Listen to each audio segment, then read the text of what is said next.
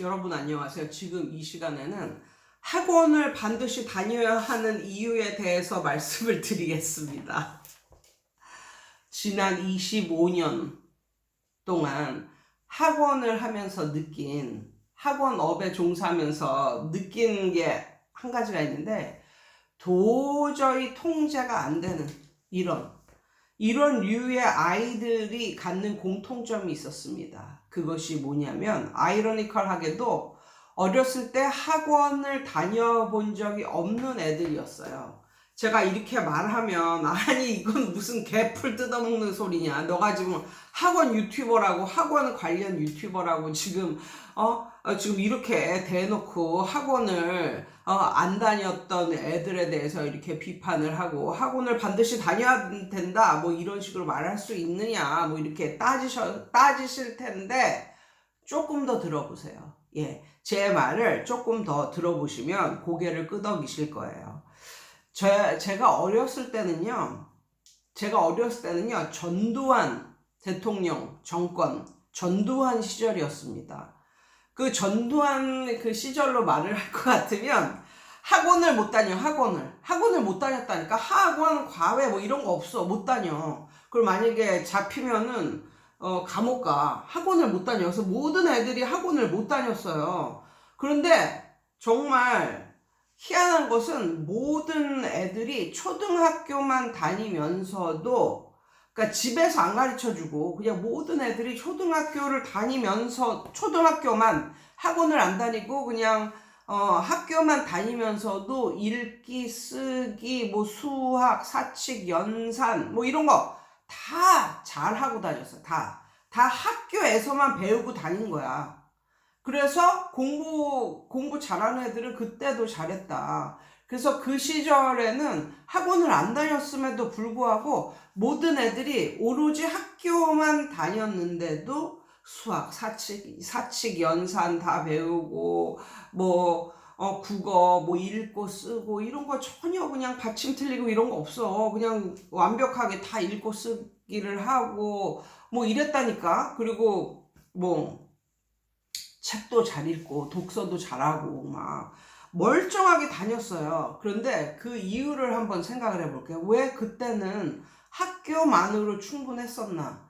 그거를 좀 생각을 해보면, 선생님들의 제재와 처벌, 이런 것들이 어느 정도 용인이 되는 시대였고, 선생의 관리, 뭐 처벌, 뭐 제재, 뭐 이런 게 다 용인이 되는 시절이었어요. 그래가지고 누군가 만약에 뭐 학교에서 잘못해가지고, 선생한테 잘못해가지고 맞았다, 아니면 선생한테 잘못해가지고 선생한테 뭐 엄청나게 잔소리를 들었다, 아니면은 뭐 선생한테 벌을 받았다, 아니면은 뭐 반성문을 쓰느라고 뭐 집에 늦게 왔다, 이런 모든 것들을 부모님들이 다 용인을 해주는 그런 그 사회적인 분위기가 그랬어요. 그냥 전반적으로.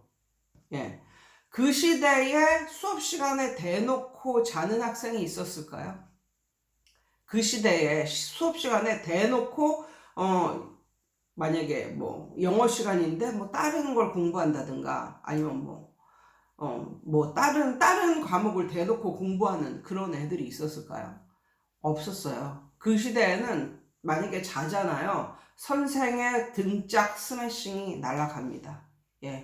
선생한테 맞습니다. 이게 어디다 수업 시간에 대놓고 잠을 자?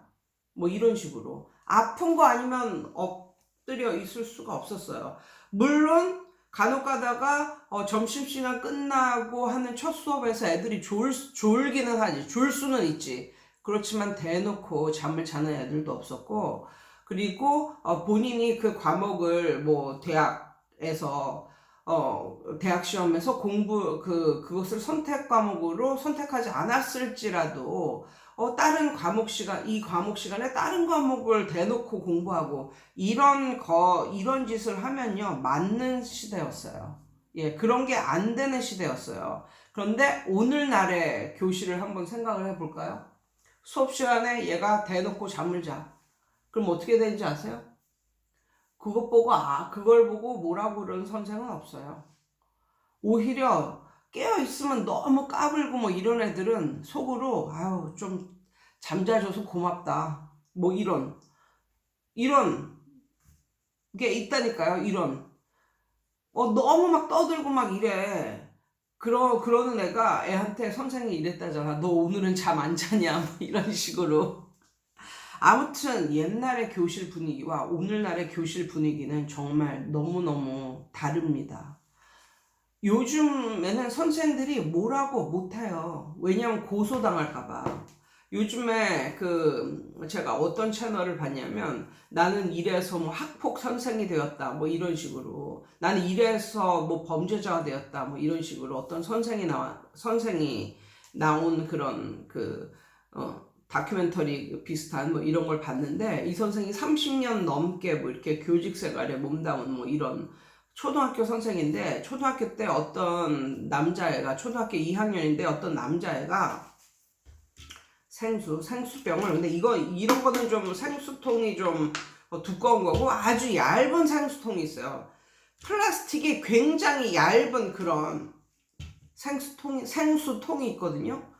그걸 수업 시간에 선생님이 앞에 있는데 이걸 갖다 계속 이렇게 막 찌그러뜨리고 막 비틀고 막 이러니까, 비틀고 찌그러뜨리고 막 이러니까 굉장히 소리가 막 시끄럽게 날 거 아니야. 그래서 선생님이 뭐라고 했냐면 너 지금 생수통 가지고 웬 장난이냐 이러면서 칠판에다가 그 아이 이름을 적고 옆에다가 호랑이 그 그림 스티커를 붙여놨다는 거예요. 그런데 그 선생이 그 이후에 부모가 고소를 해가지고 뭐 낙인 효과를 뭐 찍었다는 둥, 자기 아이가 2학년이면 9살인데 9살이면 만 나이로 7살이다. 7살이 뭘 안다고 애가 시끄럽게 할 수도 있지 이러면서 낙인 효과를 뭐 선생이 찍었다느니, 뭐 우리 애한테 뭐 레드 카드를 줬느니 뭐 이러면서 이 선생을 고소를 해가지고, 그런데 이게 고소를 당하면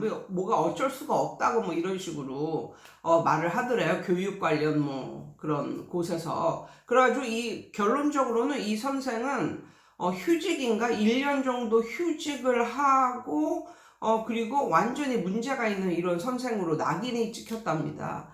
아무튼 그래서 요즘 세상이 그런 세상이에요. 요즘 세상이 애가 떠들고 그래도 뭐라고 못하고, 그러니까 아이의 인권을 뭐 존중해주고 뭐 이런다는 핑계로 애가 막 떠들고 아니면 뭐 다른 애들한테 뭐 피해를 주는 그런 행동을 해도 그 애한테 뭐라고 선생으로서 한마디도 제대로 시원하게 못하는 그런 세상이 되었어요.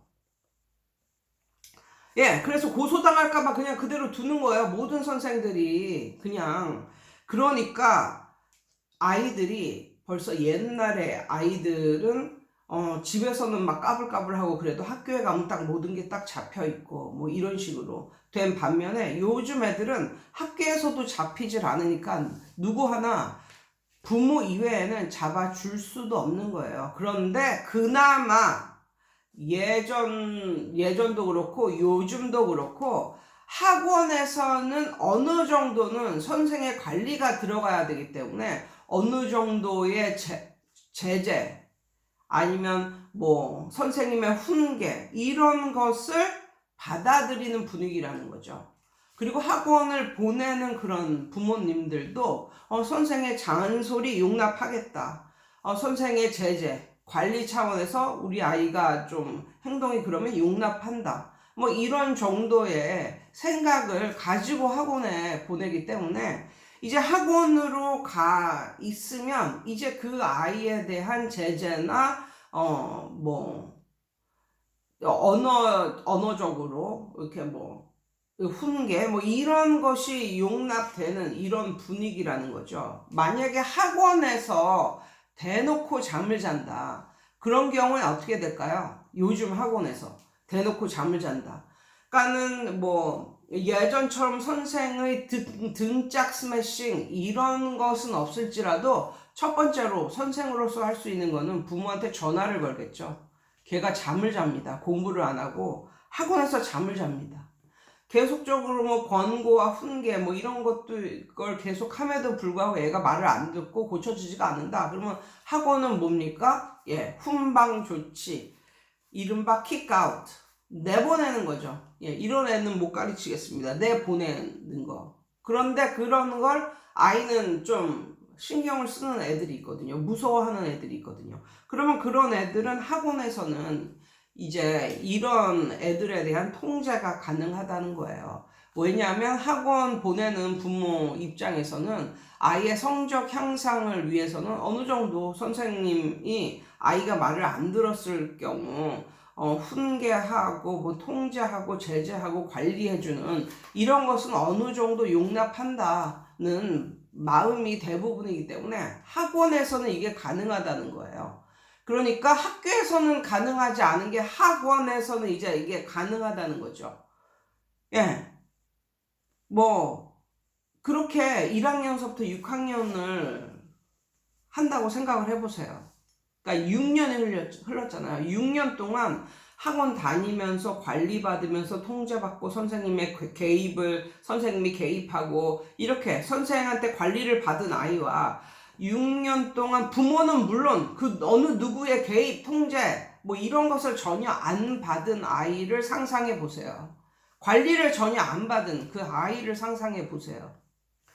뭐든지 사람의 관리, 손길이 닿는 것이 그것이 사물이든 아니면 살아있는 사람이든 상관없이 사람의 관리를 받는 게 더 귀하게 자라고 더 좋게 자라나는 거예요. 그것이 식물이건 사람이건 저는 그런 것을 좀 깨달았습니다.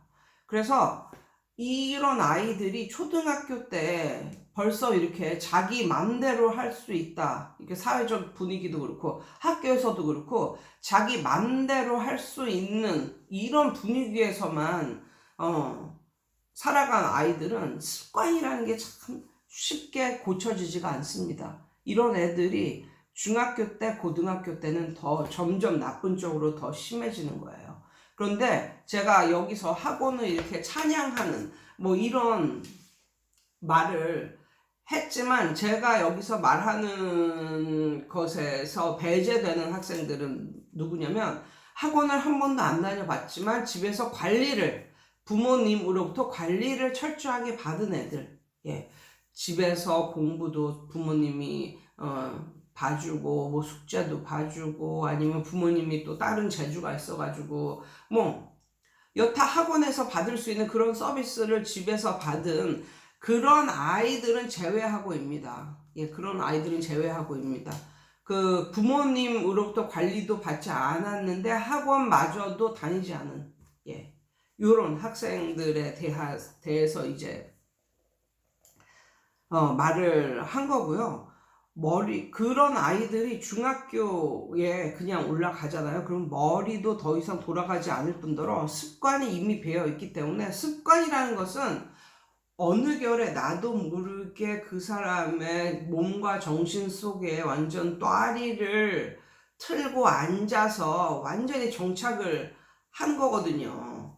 한 중학교 때까지만 이게 그런 식으로 자란 아이는 그러면 그 이후에 아무리 마음을 먹고 뭐 마음을 다잡아 먹고 뭐 이렇게 했어도 맨 처음에 뭐 하루 이틀은 어떻게 될까? 그 이후에는 다시 옛날의 습관으로 그냥 돌아가는 거예요. 그래서 대부분의 부모님들이 뭐 초등학교 때는 막 뛰어놀고 뭐 개구장이고 뭐 이런 애들이 뭐 중학교 때 고등학교 때 정신 차려서 뭐 잘 되고 이거는 옛날 이야기. 요즘에는 그런 경우가 거의 없다. 뭐 이런 것을 말씀드리면서 아무튼 사람은 사람에 의해서 관리받는 그런 세상이 더 좋은 세상이 아닐까 싶습니다. 아무튼 오늘은 또 이런 주제로 한번 말씀을 드려봤어요. 여러분 오늘도 좋은 하루 되세요.